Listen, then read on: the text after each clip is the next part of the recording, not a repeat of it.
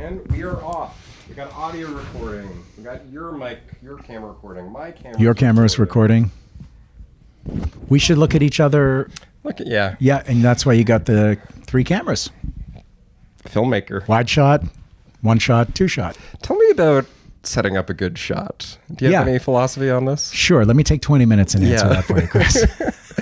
Avi Lewis, leader of Canada's NDP. Thank you so much for coming on to Toronto The Politics Show today. It's a pleasure. I hear this show is lifting off towards the stratosphere. And we'll see how this episode performs. Right, exactly. I could drag us right back down to earth, Chris. Don't get too cozy on here. People have high standards. So I do want to ask about the news of the day. There have been some developments when it comes to Canada's trade relationship with the United States. Would you say so? A little bit. I'm not sure if you've checked Twitter in the past few hours. Yeah.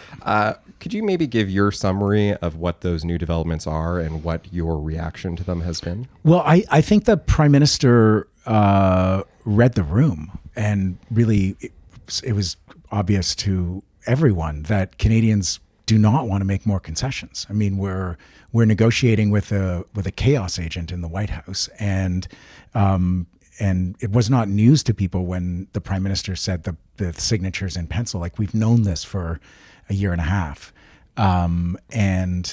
but like, there have been some concessions that the government of Canada has made without anything back for it. The digital services tax, I mean, I've been knocking on doors in this riding for 4 days now.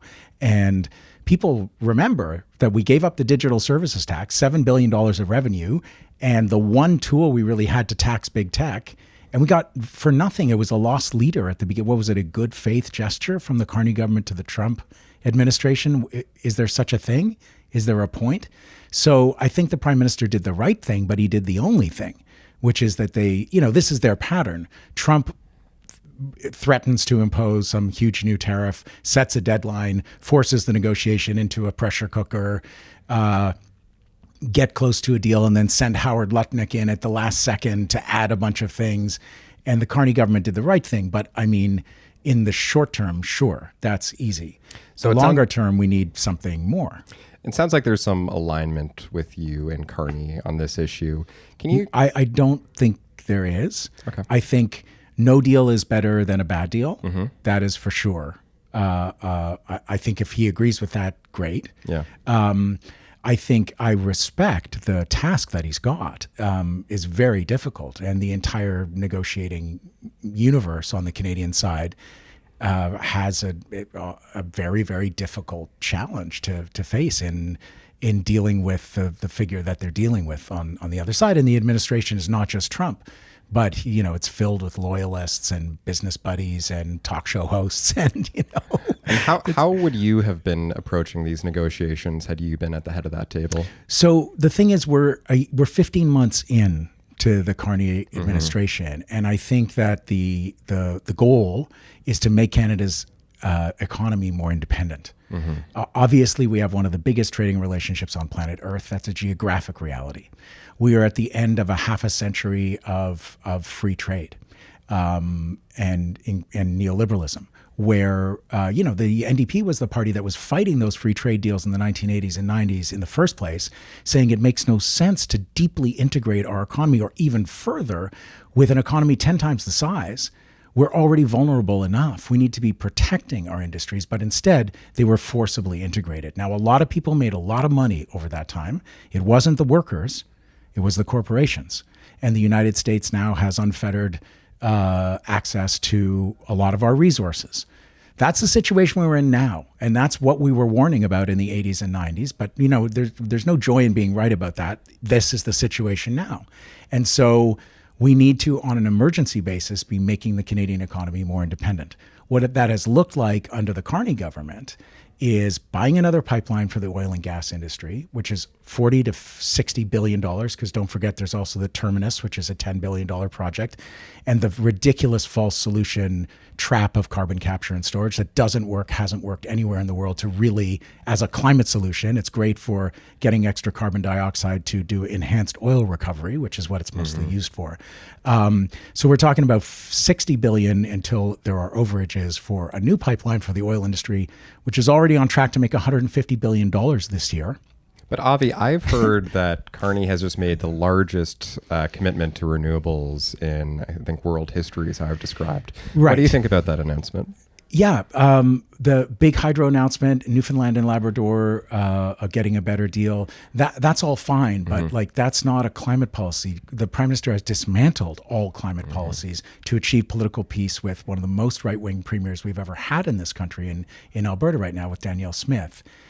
So just in terms of making us more independent, the majority of the oil sands are owned by the United States, 60%.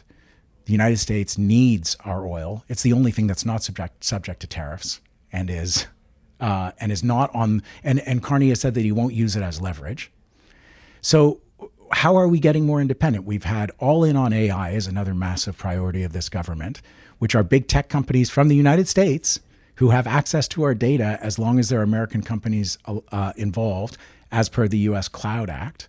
So just because a Google data center is in Canada, it's U.S. data, and if TELUS, uploads everything to the Google or Amazon cloud, the U.S. considers that to be fair game for their companies and their government as well.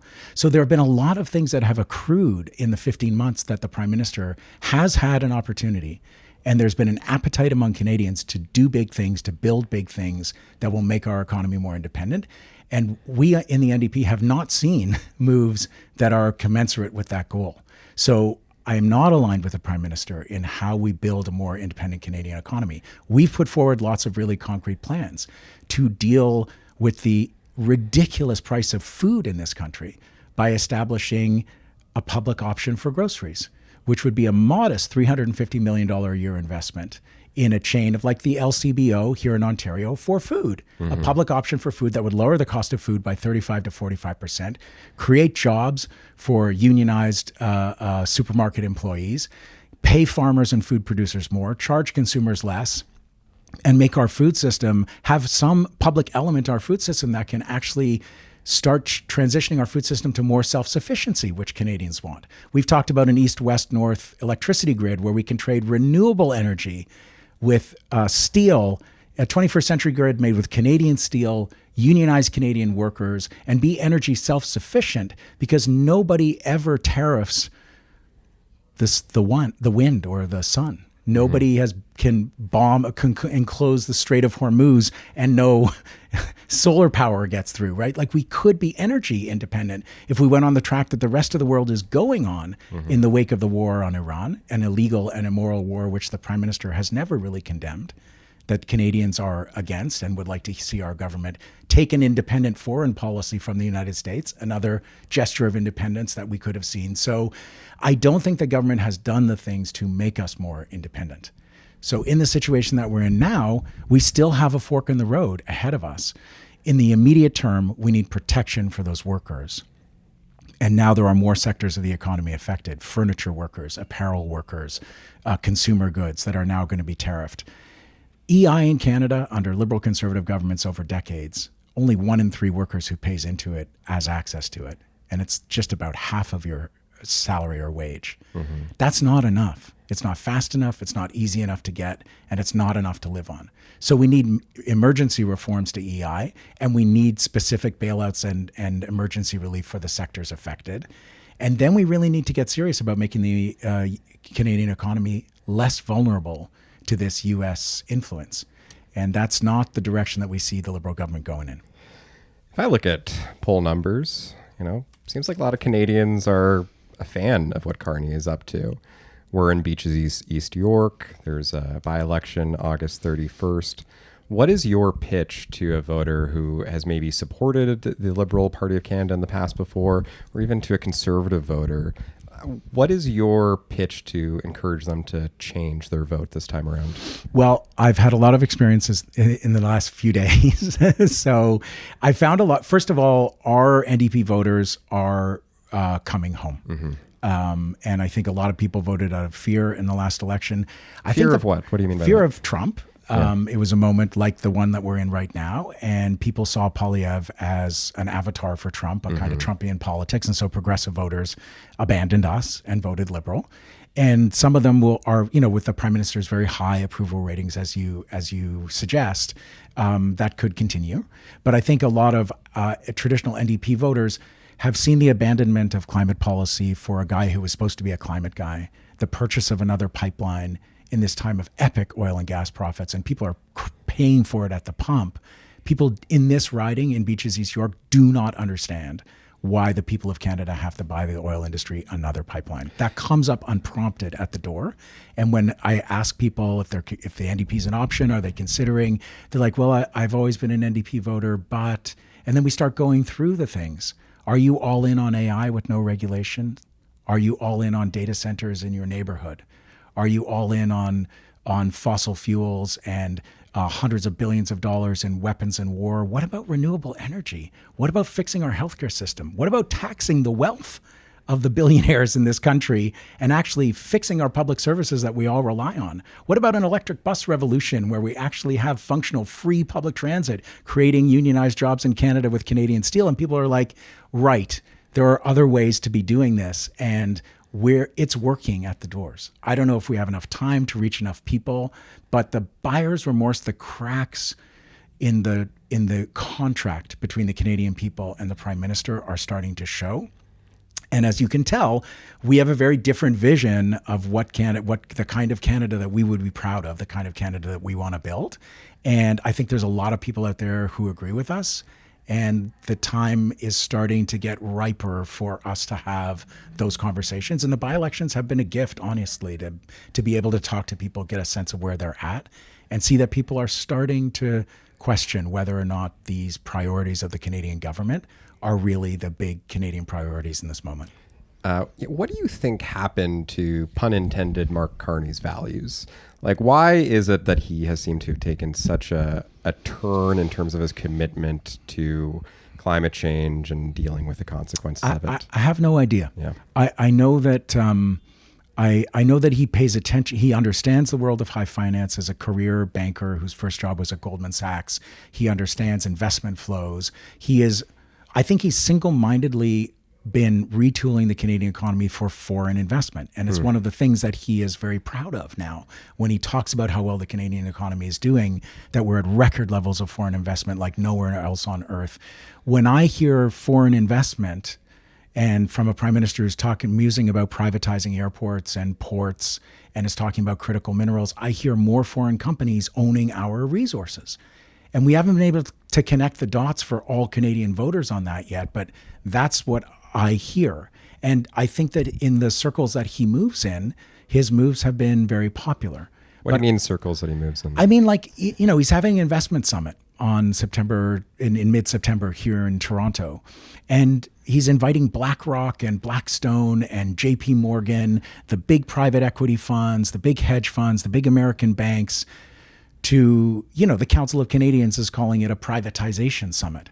What is this foreign direct investment mean? Well, the Prime Minister has the cell phone numbers of these guys because he's been a central banker for a long time, and he knows that community. And I do feel that when he thinks about who he's accountable to, I feel like the business community is in the room or is in his head.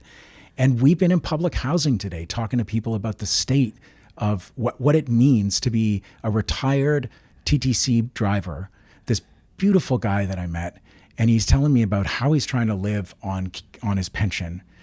Only 30% of his income goes to rent, which is incredible in public housing, but it's 30% of a pension that he has to pay tax on. That when 30% of his pension is gone, his wife is working at Winners, they are going to the food bank. Here's someone who's given 20, 30 years of their life to getting people to work in the morning. And the reward for them from Canada is you get to live in poverty and go to the food bank. The social contract has been shredded. And we need big change in this country. And people in the working class majority of this country know that the rich are living like never before with fortunes that they could not spend in 10 lifetimes. and working people cannot make the household math make sense. That needs to be the priority for what this government does in the face of existential threats from our biggest trading partner. We'll wrap things up here. What would a win in Beaches East York or the other by-elections, what would that mean for the NDP and maybe the progressive movement more broadly in Canada? I mean, it still feels like a tall order. This by-election was called in the middle of summer.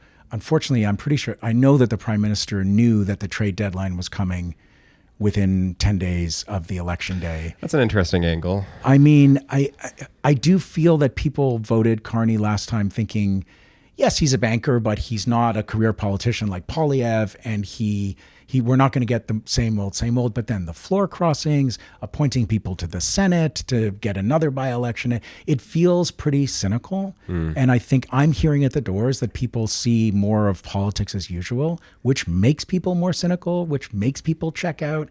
So a win here, I think, would be a political earthquake in Canada and send a message that the Prime Minister has to attend to the progressive majority in this country. I don't know if the circumstances are right for us to pull it off, but we are working our butts off. How do you do that? You're a new leader. This is obviously a bit of a test, I would say. I think a lot of people are interpreting inevitable. What is your approach to leadership? How do you make the NDP the strongest party you can?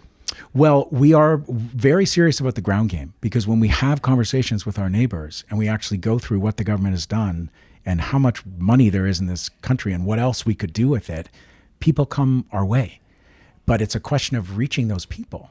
And it's not about blasting them with advertising. It's not about finding people on social media. All of that is still necessary. We'll do all that. We'll cut the social media part. Yeah. No, I mean, like, communicating the ideas to a larger audience is, of course, it's a vital part of doing politics.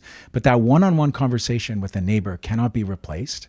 Here in the city of Toronto, in Riverdale, in the 1963 Riverdale by-election was the first time the NDP knocked on every door in a riding 4 to 5 times. My parents were in that by-election. The Riverdale model is famous because they wrote up a pamphlet about how they did it. It is still our secret sauce as New Democrats to actually do a ground game at scale.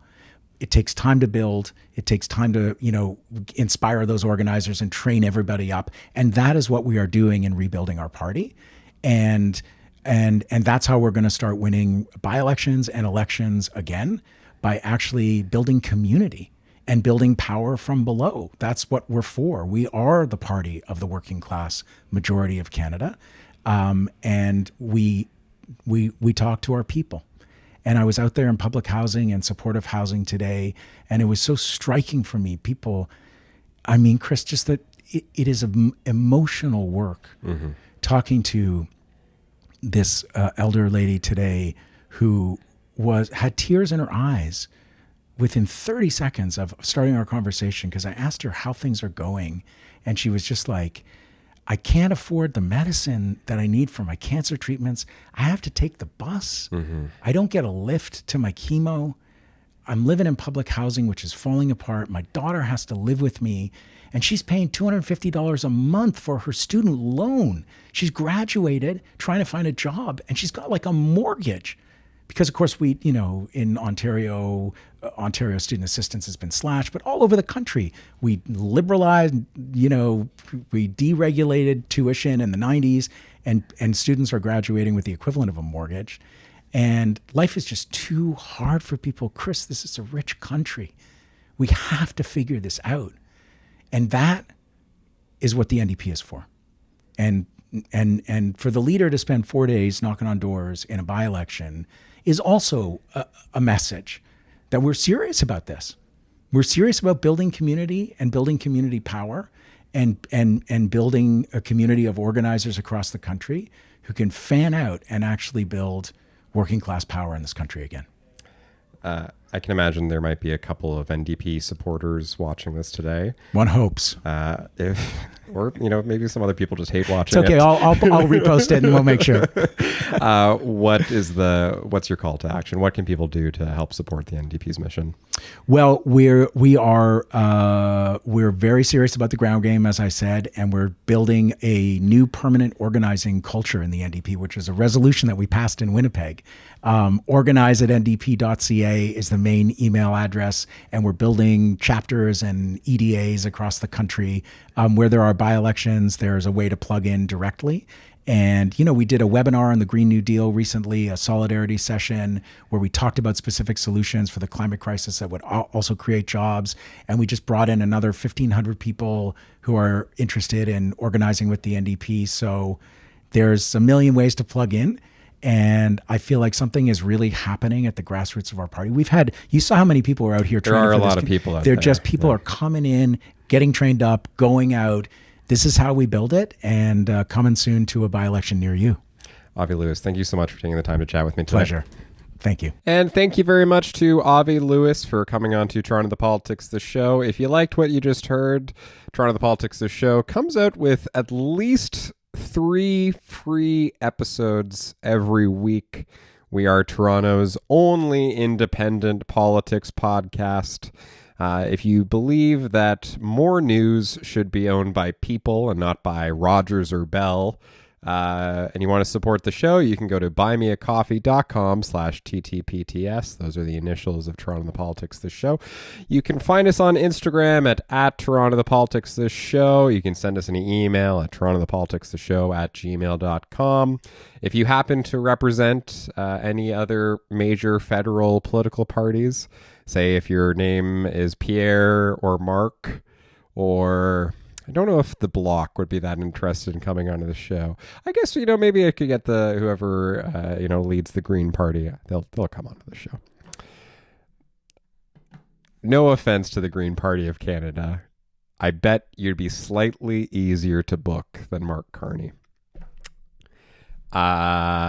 Yes, thanks for sticking around. My name is Christopher Chesson. There will be another episode tomorrow with another leader of a political party in Canada that has NDP in its name.